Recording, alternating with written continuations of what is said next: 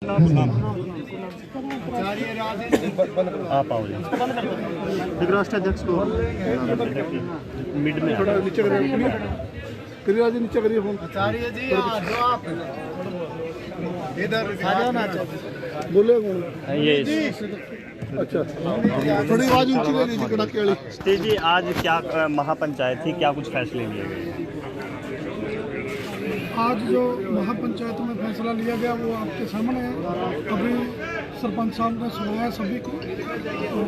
जो श्रीकांत के बेटे की डेथ,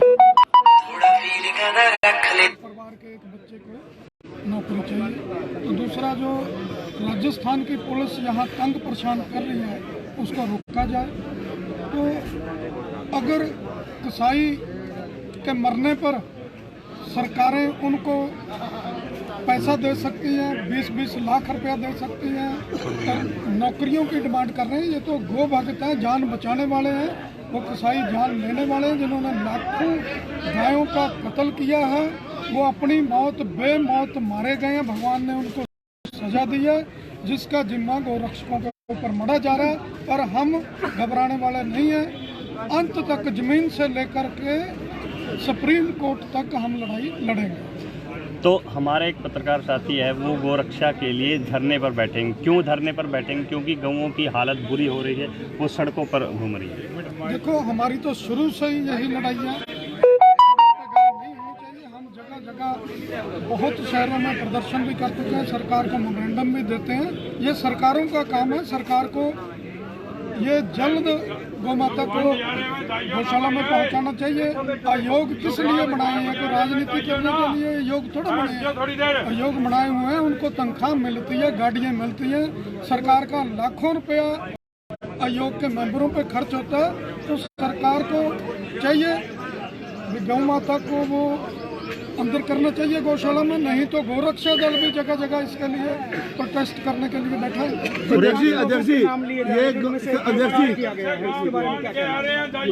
जी, पूरा मामला थोड़ा बता दें कि ये पंचायत करनी क्यों पड़ी, क्यों आप लोग इकट्ठा हुए और क्या फैसले लिए गए, एक बार ब्रीफ कर दो। पंचायत तो देखो, जब तक लड़कों को इंसाफ नहीं मिलता, ये जो झूठा पर्चा किया वो कैंसिल नहीं होता, तो ये पंचायतें तो हर गांव तक पहुंचेगी। हरियाणा में नहीं, पूरे देश में पंचायतें हो रही हैं। एक दिन में 4-4, 5-5 जगह की हमारे पास रिपोर्ट आ रही है, जहां पर डीसी को राष्ट्रपति के लिए मेमोरेंडम दिए जा रहे हैं, विरोध किया जा रहा है हर जगह। तो ये जन जन की आवाज़ जो है, अगर सरकार ने जल्द फैसले ना लिए, ये सबसे बड़ा कारण सरकार को अगर गो हत्या बंद कर देती है तो गो रक्षकों को ये लड़ाई लड़ने की ज़रूरत नहीं है। कसाई है, कसाई की अपनी निजी दुश्मनियां हैं, उनकी 5-5 पर्चे हैं। उसके मरने से गोरक्षक जिम्मेवार थोड़ा हो जाएगा। अभी कोई मुसलमान कसाई मरेगा तो गोरक्षक का नाम ले दो। मेन पंचायत क्यों करनी पड़ी, इस बारे में क्या मांग रहे हैं? पंचायत तो इसीलिए कर रहे हैं, जो नजायज फंसा रहे हैं। इस गांव का भी लड़का हम किसी भी कीमत पे पुलिस को नहीं पकड़ने देंगे। अगर आएगी पुलिस, हम डट करके उसका विरोध करेंगे। तो स्टीव जी, जैसा कि रिंकू सैनी ने नाम लिए हैं इन 8 लोगों के, जिनमें कालू का नाम लिया है। देखो, पुलिस तो डंडे से किसी से भी कुछ भी बुलवा सकती है, उसको नहीं मानते, कोर्ट भी नहीं मानती। वो जो बयान आज देगा तो उसको कोर्ट में भी माना नहीं जाएगा, जज साहब भी नहीं मानेंगे। जो मर्जी उनसे कहलवाया जा सकता है। 2 लड़के गिरफ्तार, जो रिंकू सैनी गिरफ्तार किया गया, उसके लिए क्या सोचा? उसी के लिए मैं कह रहा हूँ, हम उनके परिवार के साथ खड़े हैं। हमने एडवोकेट रेडी कर रखे हैं। हम लड़ाई लड़ेंगे, जिस तरह की लड़ाई लड़नी पड़ेगी कानूनी हम लड़ेंगे। 10 एडवोकेट हमारे पास हाई कोर्ट के तैयार खड़े हैं लड़ने के लिए। और जरूरत पड़ेगी तो सैकड़ों हमारे गोरक्षा में एडवोकेट हैं, वो सभी इसके लड़ाई को लड़ेंगे। तो सर, यहाँ आज कौन कौन से संगठन पहुँचे थे? आज हिंदू संगठन बजरंग गौरक्षा दल की तरफ से, आचार्य जोगिंदर की तरफ से, ये पूरे हरियाणा में जगह जगह ये पंचायतें की जा रही हैं। 5 तारीख को दिल्ली में बहुत बड़ी पंचायत होगी, जिसमें दर्जनों बड़े संत पहुंचेंगे। तो ये पंचायतें तब तक बंद नहीं होंगी, जन जन तक ये आवाज़ उठाई जाएगी, जब तक देश में गो हत्या बंद नहीं होती और ऐसे झूठे पर्चे। एक 14 सदस्यीय कमेटी गो कशी रुक नहीं रही है, जिम्मेवार कौन है?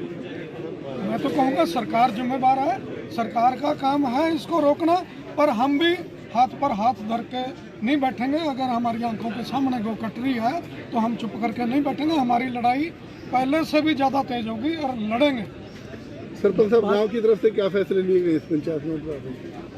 गांव की तरफ से फैसले आपको बता ही दिए हैं, जैसे भी है सीवेज जांच, सबसे पहले सीवेज जांच होनी चाहिए। जो भी दोषी है हम ये नहीं कहेंगे उनको छोड़ो, उनको चलो सज़ा मिलनी चाहिए, लेकिन सीवेज जांच पहले उसके ऊपर दोष मत लगाओ। जो इन बेचारों ने पता नहीं किया है नहीं किया, ये तो भगवान जानता है या वो जानता है, इसलिए कुछ नहीं कह सकते। गाँव में पुलिस आई तो क्या करेंगे राजस्थान में?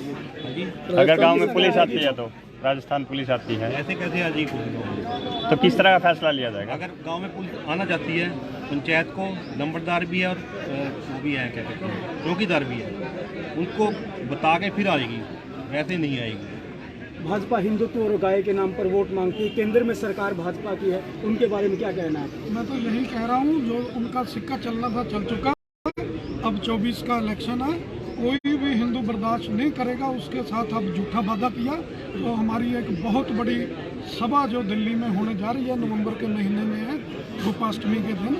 उसके पहले अगर सरकार कोई फैसला ले लेती है गौ हत्या बंद करने का तो ठीक है, उसके बाद फिर सरकार को भी मैं समझता हूँ अपनी राजनीति से, अपनी गद्दी से हाथ धोना पड़ेगा। कहीं ना कहीं अध्यक्ष जी 2024 के लिए ये प्रकरण पूरी उसकी की तैयारी तो नहीं है? नहीं, हमारी कोई तैयारी नहीं है। हम तो किसी संगठन सरकार से नहीं है। सरकार की तैयारी तो नहीं है कहीं ना कहीं 2024 के लिए प्रकरण? हम नहीं जानते, पर हम किसी भी कीमत पे चुप नहीं बैठेंगे। अगर उन्होंने 24 से पहले गौ हत्या बंद ना की, सख्त कानून ना बनाया, तो उससे पहले हम फिर उसके बाद जो होगा वो रक्षक पूरे देश के हिंदू संगठन मिलकर के फैसला करेंगे, क्योंकि कोई भी गौ भक्त, कोई भी हिंदू देश का नहीं चाहता देश में गौ हत्या हो। और गौ माता के नाम पर ही ये सरकारें बनी हैं। तो इस बार अगर सरकार हिंदू बना सकते हैं तो वो गिरा भी सकते हैं, इसमें कोई शक नहीं। राजस्थान पुलिस इस तरह इंटरेस्ट क्यों ले रही है? इस चीज का आप लोग कैसे एनालाइज करोगे कि वो झूठे वादे कर रही है? क्योंकि बीजेपी जब आई थी तो गांव के नाम पे उन्होंने वोट मांगी थी। अब मैं आने तो वाले सबसे इलेक्शन में कैसे पहले एनालाइज बात करोगे? ये कर रहा हूँ, वो हमारे लिए तो 10 साल निकल गए हैं, उनके 9 साल के करीब हो, तो झूठे ही साबित हुए अगर उन्होंने गौ हत्या नहीं बंद की। पर इस बार हम उनके किसी वादे में कोई उनके जो भी वो प्रॉमिस करेंगे हम नहीं मानेंगे। हमें तो सिर्फ गौ हत्या बंद चाहिए। क्योंकि इस सरकार में सबसे ज्यादा जो गौ है वो सड़कों पर दिखाई दे रही है। तो सरकार को, ये सरकार की ड्यूटी है। हम तो लड़ाई लड़े रही हैं गौ माता की, तो ये सभी को लड़नी चाहिए। मुझे बहुत खुशी हुई है, एक पत्रकार गौ माता के लिए सड़क में बैठेगा, उसके लिए हमारा सभी का सहयोग रहेगा।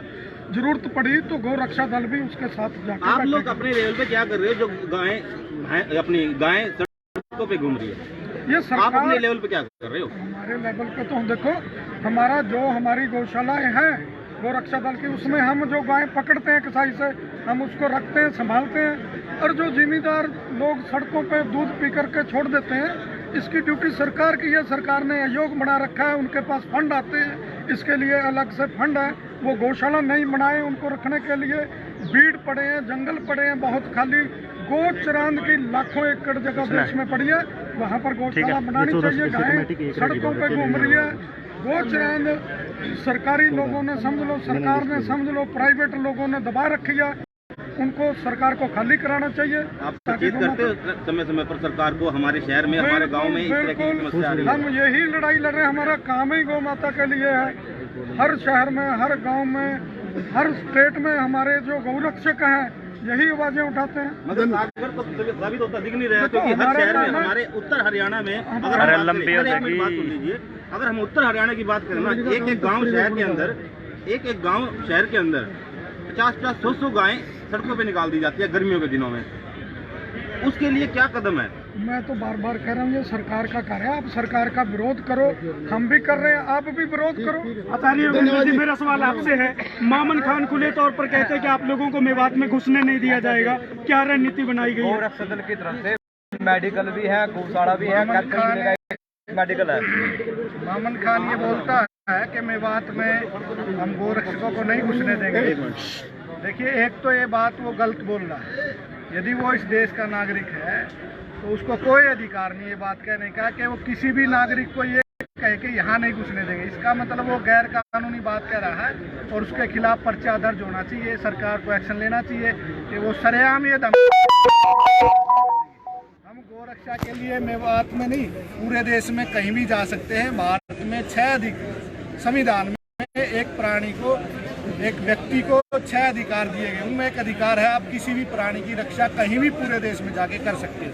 तो हम संविधान के अनुसार इस काम को कर रहे हैं और मामन खान ये धमकी दे करके संविधान की उल्लंघना कर रहा है कि नहीं आने दूंगा, तो इसलिए उसको पर्चा दर्ज करके सरकार ने उस पर कार्रवाई की। ओवैसी इतनी दूर से आके नासिर जुनैद का पक्ष ले रहा है, संसद में हमारे सांसद या विधानसभा में हमारे विधायक कोई भी आपका पक्ष नहीं ले रहे हैं, कैसे देखते हैं उनकी भूमिका को?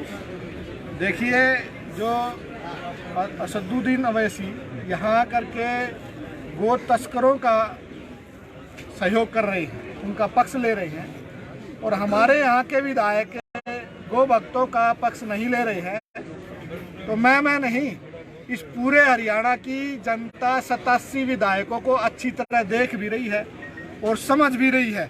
और अब की बार पूरे हिंदू समाज ने मन बना लिया है कि इन विधायकों के जो गर्दन में सरिया है वो जरूर निकाला जाएगा, क्योंकि जो हिंदू गाय का नहीं हो सकता, चाहे वो राजनेता है चाहे वो आम आदमी है, वो फिर किसी का नहीं हो सकता। आने वाले चुनाव में मैं कहता हूँ या तो सभी विधायक 87 के 87 विधायक गो भक्तों के पक्ष में और गाय के पक्ष में अपनी आवाज को बुलंद करे, नहीं तो इसका खामियाजा उनको भुगतना पड़ेगा। कैथल के 4 विधायक और सांसद के लिए क्या कहना चाहेंगे? महापंचायत का आगाज यहाँ से क्या कहना चाहेंगे उन लोगों को? यहाँ पहुँचे नहीं, कोई बयान नहीं आया। कैथल के विधायकों से मैं कहना चाहूँगा तो आप आगे होकर के बयान दे। इस जिले का, कैथल जिले का कालू बाबा लदाना गांव के लड़के का नाम आया है, वे उसका सहयोग करें, उसके साथ खड़े हुए, वो बेकसूर है। और कैथल में हमारी मुहिम चलती, जैसे आपने गाय की बात करी, कोई गाय सड़क पे कैथल में एक्सीडेंट हो जाए, सरकार की ऐसी व्यवस्था नहीं आपने फ़ोन किया और एम्बुलेंस आ जाए। मैं दावे के साथ कह सकता हूँ गोरक्षा दल हरियाणा की ऐसी व्यवस्था है। आप किसी कोने में खड़े होकर के फ़ोन करिए कि यहाँ गाय सड़क पे एक्सीडेंट है, यदि आध घंटे से 20 मिनट में एम्बुलेंस ना पहुँच जाए तो फिर आप कहना। धन्यवाद जी, शुक्रिया, धन्यवाद।